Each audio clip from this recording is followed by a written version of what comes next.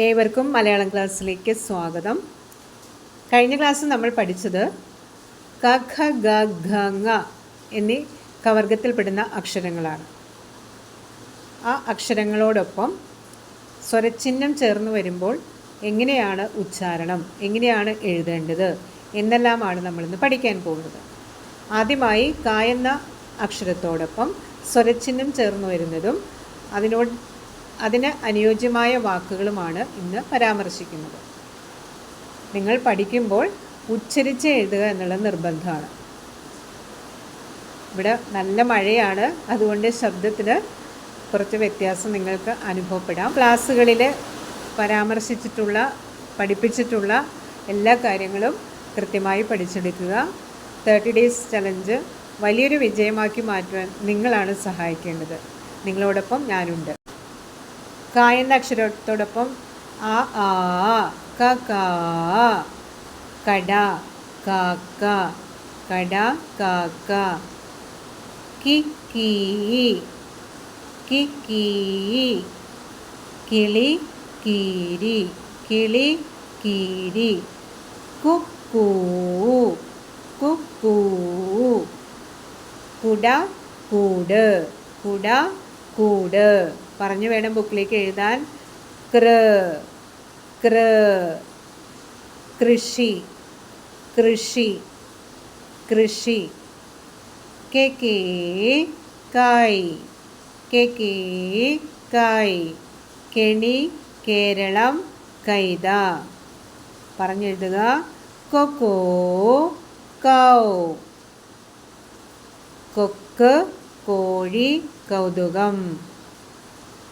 Come കം കംസൻ കം കംസൻ. കുറച്ചുകൂടി മനസ്സിലാക്കാൻ ഒരു ചാർട്ട് കൊടുത്തിട്ടുണ്ട്, അത് ശ്രദ്ധിച്ച് നോക്കുക, മനസ്സിലാക്കുക, അത്യാവശ്യം വേണ്ടത് എഴുതുക. ക ചേർന്ന് വരുന്ന വാക്കുകൾ ഏതൊക്കെയാണെന്ന് നോക്കാം.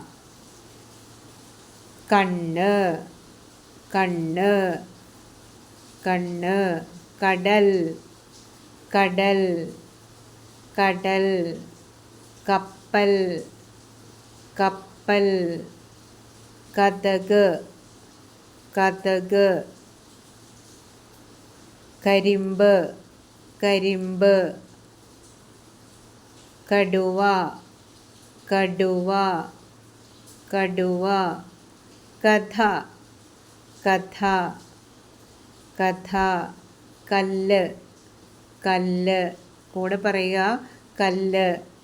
കത്രിക കത്രിക കത്ത് കത്ത് കത്ത് കസേര കസേര കസേര കളിപ്പാട്ടം കളിപ്പാട്ടം കഴുത്ത് കഴുത്ത് കഴുത്ത് കരടി കരടി കരടി കവിത കവിത കായൽ കായൽ കായൽ കരി കരി കരി. അടുത്ത നിങ്ങൾക്കുള്ള ഹോംവർക്കാണ്. ഭാഷ പഠിക്കുമ്പോൾ ഏറ്റവും പ്രധാനമായിട്ടുള്ള കാര്യം അത് പറഞ്ഞെഴുതുക, ഉച്ചത്തിൽ പറഞ്ഞെഴുതുക എന്നുള്ളതാണ്. ഹോംവർക്ക് ഇതാണ്.